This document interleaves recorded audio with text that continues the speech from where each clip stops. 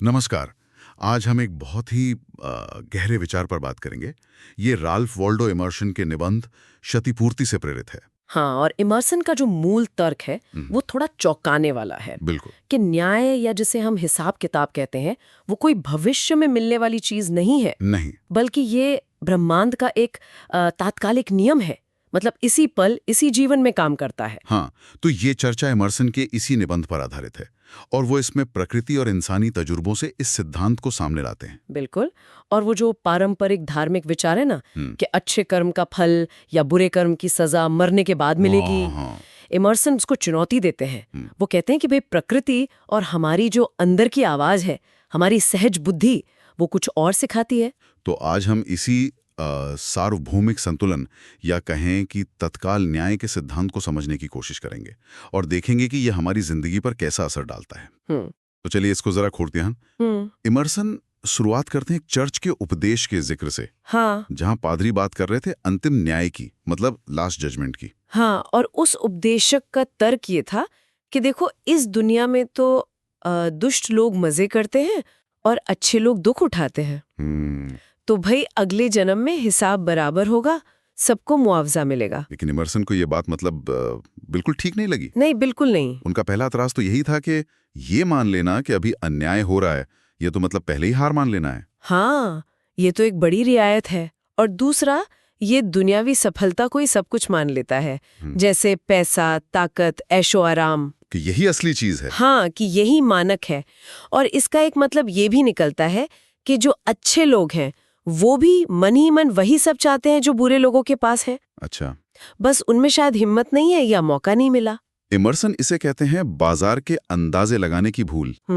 उनका मानना था कि लोग अंदर से अपनी सहज बुद्धि से जानते हैं कि ये हिसाब किताब का तरीका गलत है।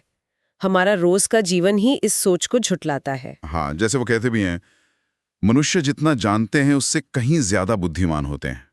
मतलब गहरी समझ हम सब में कहीं ना कहीं है। बिल्कुल। तो फिर ये तत्काल न्याय या संतुलन का सिद्धांत ये काम कैसे करता है? इमर्सन इसका आधार कहाँ देखते हैं? इमर्सन इसका आधार देखते हैं प्रकृति के एक बहुत ही बुनियादी सिद्धांत में। वो है ध्रुवीयता या द्वैतवाद। द्वैतवाद मतलब हर चीज का एक विपरीत पहलू होना, एक क्रिया की प्रतिक्रिया होना। ये प्रकृति में हर जगह है। अच्छा। जैसे अंधेरा और रोशनी, गर्मी और ठंड, सांस लेना और छोड़ना, दिल का धड़कना और फैलना। अच्छा, जैसे चुंबक का एक सिरा खींचता है तो दूसरा धकेलता है। बिल्कुल वही। इमर्सन कहते हैं यहाँ खाली करने के लिए आपको वहाँ जमा करना होगा। ये एक जरूरी द्वैतवाद है जो प्रकृति को संतुलित रखता है। हर चीज मानो आधी है और अपनी दूसरी आधी को खोज रही है, उसे पूरा करने का सुझाव देती है। और ये सिर्फ बड़ी चीजों में नहीं, हर कण में है। जीव विज्ञान में भी देखें, अगर किसी जीव को कोई खास खूबी ज्यादा मिलती है तो उसकी भरपाई किसी दूसरी जगह कमी करके होती है। जैसे शायद सिर बड़ा तो धड़ छोटा, या फिर जैसे मशीन वगैरह में जो ताकत में मिलता है वो समय में खोना पड़ता है। तो ये सिद्धांत सिर्फ बाहरी प्रकृति तक ही सीमित नहीं है, मतलब हमारे इंसानी जीवन पर भी लागू होता है। हाँ, और यही बात दिलचस्प हो जाती है। इमर्सन कहते हैं कि ये द्वैतवाद, ये पोलैरिटी इंसान के स्वभाव और उसके हालात में भी उतनी ही गहराई से मौजूद है। अच्छा। कैसे? हर बढ़त के साथ एक कमी आती है, हर मिठाई के साथ कुछ खट्टापन जुड़ा होता है, हर फायदे के लिए कुछ खोना पड़ता है। अगर पैसा बढ़ता है तो उसे इस्तेमाल करने वाले या उस पर नजर रखने वाले भी बढ़ते हैं, और अगर कोई जरूरत से ज्यादा इकट्ठा करता है तो प्रकृति उसे छीन लेती है। जैसे संपत्ति बढ़ती है पर मालिक शायद कमजोर हो जाता है या मर जाता है। अच्छा। यानी प्रकृति को एक तरह से एकाधिकार पसंद नहीं है, वो संतुलन बनाती रहती है। बिल्कुल संतुलन बनाती है। जैसे कोई बहुत क्रूर या ताकतवर इंसान है तो हो सकता है प्रकृति उसे प्यारे बच्चे दे दे जिनका प्यार और डर उसके स्वभाव को थोड़ा नरम कर दे। हाँ, ये तो देखा है। या कोई बड़ा पद पाता है, मान लो राष्ट्रपति बन गया, तो उसे व्हाइट हाउस तो मिला पर अपनी शांति गंवानी पड़ती है। सही बात है। प्रतिभा के साथ भी जिम्मेदारी आती है, अकेलापन आता है। बिल्कुल। तो इसीलिए इमर्सन कहते हैं कि न्याय टलता नहीं है, वो तात्कालिक है। हाँ, ईश्वर के पास से हमेशा भरे होते हैं, मतलब नतीजा हर क्रिया में छुपा हुआ है। ब्रह्मांड एक गणित के समीकरण जैसा है जो हमेशा खुद को संतुलित करता रहता है। अच्छा, हर अपराध की सजा और हर गुण का इनाम उसी में है, चुपचाप और निश्चित रूप से। तो अपराध और दंड एक तरह से एक ही सिक्के के दो पहलू हुए। हाँ, कह सकते हैं वे एक ही तने से निकलते हैं। सजा उस सुख के फूल के अंदर ही अनजाने में पकने वाला फल है जिसने उसे छुपा रखा था। कारण और प्रभाव, बीज और फल, इनको अलग नहीं किया जा सकता। प्रभाव कारण में ही है, फल बीज में ही है। लेकिन इंसान तो हमेशा कोशिश करता है ना कि नतीजा अच्छा मिले पर कीमत ना चुकानी पड़े। हाँ, ये कोशिश तो रहती है। जैसे इंद्रिय सुख तो चाहिए पर चरित्र की कीमत पर नहीं। हाँ, यही इंसान की कोशिश रहती है, एक सिरा बिना दूसरे सिरे जो पाने की कोशिश।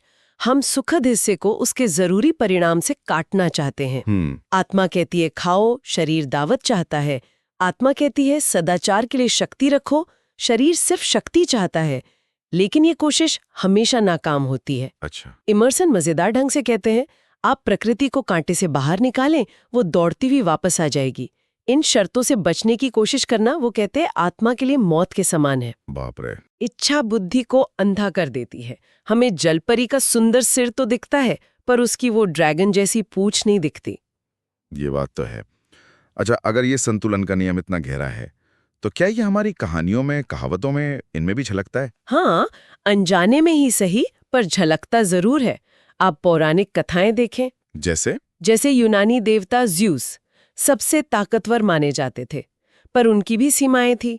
कुछ राज दूसरों के पास थे। अच्छा। या एक्लीस लगभग अमर था, पर उसकी एड़ी कमजोर थी।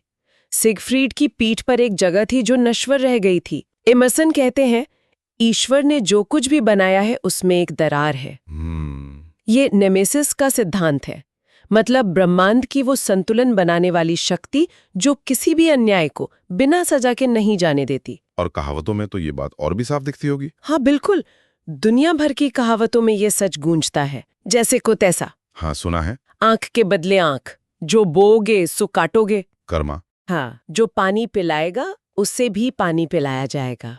या जैसे ईश्वर कहते हैं, क्या चाहिए, कीमत चुकाओ और ले लो। बुरे काम का बुरा नतीजा, शाप हमेशा शाप देने वाले के सिर पर लौटते हैं। ये सब इसी तात्कालिक संतुलन की तरफ इशारा करती है ना? हाँ, ये तो है। ये वाकई आश्चर्यजनक है कि ये विचार कितना यूनिवर्सल है। तो इमर्शन के अनुसार हम चाहें या ना चाहें, हमारे काम इसी नियम से बंधे हैं। बिल्कुल। हम शायद कोई छोटा स्वार्थी लक्ष्य साध रहे हों, पर हमारे कर्म अनजाने में ही ब्रह्मांडीय संतुलन के साथ जुड़ जाते हैं। अच्छा। कोई भी इंसान बिना अपना न्याय किए बोल नहीं सकता। हर शब्द से, चाहे अनचाहे, वो दूसरों की नजरों में अपनी एक तस्वीर बनाता है। हर राय बोलने वाले पर असर डालती है। और सामाजिक रिश्तों में इसका क्या मतलब हुआ? अगर हम किसी के साथ बराबरी या प्रेम का व्यवहार नहीं करते तो उसका तत्काल दंड है डर। डर? हाँ, इमर्सन कहते हैं कि डर हमेशा किसी गड़बड़ या अन्याय का संकेत होता है। जब तक हमारे रिश्ते सीधे और सच्चे हैं, हमें मिलने में कोई झिझक नहीं होती। सही बात है। लेकिन जैसे ही हम कुछ छुपाते हैं या अपना फायदा दूसरे के नुकसान पर देखते हैं, दूसरा इंसान उसे महसूस कर लेता है। दूरी बढ़ती है, आंखों में आंखें डालकर बात नहीं हो पाती और हमारे अंदर डर पैदा होता है। तो समाज में जो अन्याय है, जैसे संपत्ति या शक्ति का गलत बंटवारा, उसका नतीजा भी डर ही है। हाँ, डर ही है। इमर्सन कहते हैं कि हमारी संपत्ति डरपोक है, हमारे कानून डरपोक हैं, हमारे पढ़े लिखे तबके डरपोक हैं। क्यों? क्योंकि अन्याय मौजूद है। अच्छा। और ये डर ही क्रांति का अग्रदूत है। ये बताता है कि कहीं कुछ सड़ रहा है जिसे ठीक करने की जरूरत है। इसी तरह कर्ज लेने के बारे में इमर्सन क्या कहते हैं? क्या बिना चुकाए एहसान लेना ये भी असंतुलन पैदा करता है? निश्चित रूप से। उधार लेने वाला अपने ही कर्ज में दबता जाता है। 100 एहसान लेकर एक भी न चुकाने वाला क्या पाता है? क्या? सिर्फ ऊपरी तौर पर फायदा, पर अंदर से वो हीनता महसूस करता है। हर लेन देन रिश्ते को बदलता है। हाँ, ये तो है। इमर्सन कहते हैं, चलते फिरते हिसाब चुकाना सबसे अच्छा है, क्योंकि देर सवेर पूरा कर्ज चुकाना ही पड़ता है। और एक बहुत गहरी बात वो कहते हैं, क्या? किसी चीज के लिए आप जो उच्चतम कीमत चुका सकते हैं वो है उसे मांगना। मांगना? हाँ। जो फायदा मिला है, हाँ। उसे किसी न किसी रूप में आगे बढ़ाना चाहिए। हाँ। सिर्फ लेना देना नहीं। हाँ। यही नीचता है। और काम या मेहनत के बारे में क्या वहां भी यही नियम लागू होता है? हाँ, वहां भी। काम में धोखा देना असल में खुद को धोखा देना है। चोर खुद से चोरी करता है। खुद से चोरी करता है? हाँ। कैसे? क्योंकि काम की असली कीमत क्या है? ज्ञान और सदाचार, न कि सिर्फ पैसा या साख जो उसके बाहरी संकेत हैं। अच्छा। ये संकेत तो नकली हो सकते हैं या चुराए जा सकते हैं, पर असली चीज ज्ञान और सदाचार वो बिना सच्ची मेहनत और नेक इरादे के हासिल नहीं हो सकती। इमर्सन का सूत्र है, काम करो और तुम्हें शक्ति मिलेगी। ये सब तो हुई संतुलन की बात, और अक्सर ऐसा लगा जैसे नकारात्मक परिणामों के संदर्भ में। क्या ये नियम अच्छे के लिए भी काम करता है? हाँ, और ये जानना बहुत जरूरी है। ये नियम पूरी तरह निष्पक्ष है। जैसे बुराई बुराई को खींचती है, वैसे ही प्रेम प्रेम को खींचता है। अच्छा। एक अच्छा इंसान अपने आसपास की हर चीज को अच्छाई में बदल देता है। नुकसान भी उसके लिए फायदेमंद साबित हो सकता है। नुकसान भी? कैसे? हाँ, बीमारियां, अपमान, गरीबी, ये सब भी उसके चरित्र को मजबूत बना सकते हैं। और कमजोरियों का क्या?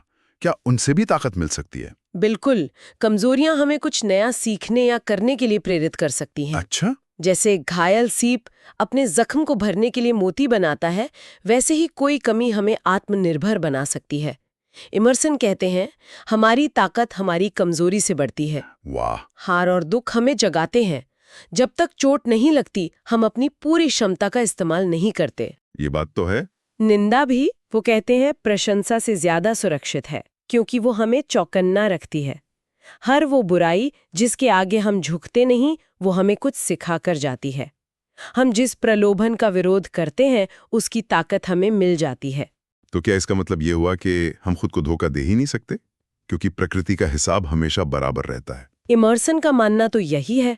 कोई इंसान किसी और से नहीं, सिर्फ खुद से ठगा जाता है। खुद से? हाँ, हर सौदे में एक तीसरा मूक पक्ष होता है, प्रकृति या आत्मा कह लीजिए, जो ये पक्का करता है कि हिसाब बराबर हो। सच्ची सेवा कभी बेकार नहीं जाती। अगर मालिक एहसान फरामोश है तो भी सेवा करते रहो। इमर्सन मजाक में कहते हैं, ईश्वर को अपना कर्जदार बनाओ, वो चक्रवृद्धि ब्याज के साथ चुकाएगा। सत्य को दबाने की कोशिश हमेशा नाकाम होती है। वो शहीद को और महिमा मंडित करती है और संदेश को फैलाती है। अत्याचारी खुद हारता है। ये सब सुन के एक सवाल उठता है मेरे मन में, अगर हर चीज अंत में संतुलित हो ही जाती है, अच्छा बुरे से, फायदा नुकसान से, तो फिर ये सब एक तरह की उदासीनता नहीं है? मतलब फिर अच्छा करने का क्या मतलब, अगर बुराई भी अंततः संतुलन में योगदान दे रही है? ये बहुत बहुत महत्वपूर्ण सवाल है, और यहीं इमर्सन क्षतिपूर्ति के नियम से भी गहरे एक सत्य की ओर इशारा करते हैं। अच्छा, वो क्या है? वो कहते हैं कि क्षतिपूर्ति से भी गहरा एक तथ्य है आत्मा की अपनी प्रकृति। आत्मा क्षतिपूर्ति नहीं, बल्कि जीवन है। आत्मा बस है। आत्मा है? हाँ, ये परिस्थितियों के बदलते समुद्र के नीचे असली अस्तित्व का अथाह कुंड है। अस्तित्व या ईश्वर कोई हिस्सा या संबंध नहीं, बल्कि संपूर्ण है। ये एक विशाल सकारात्मकता है। तो आत्मा इस लेन देन या संतुलन से परे है? हाँ, एक तरह से। सदाचार आत्मा का स्वभाव है। अस्तित्व के साथ सही जुड़ाव, इस पर कोई दंड नहीं है। ये दुनिया में कुछ जोड़ना है। प्रेम, ज्ञान, सौंदर्य, इनकी कभी अधिकता नहीं हो सकती। आत्मा सारी सीमाओं को नकारती है। वो हमेशा आशावाद की पुष्टि करती है, निराशावाद की नहीं। अच्छा। बाहरी अच्छाई पर टैक्स लग सकता है, जैसे बिना मेहनत की दौलत हवा में उड़ सकती है, लेकिन आत्मा की अच्छाई जैसे ज्ञान और सदाचार, उस पर कोई टैक्स नहीं।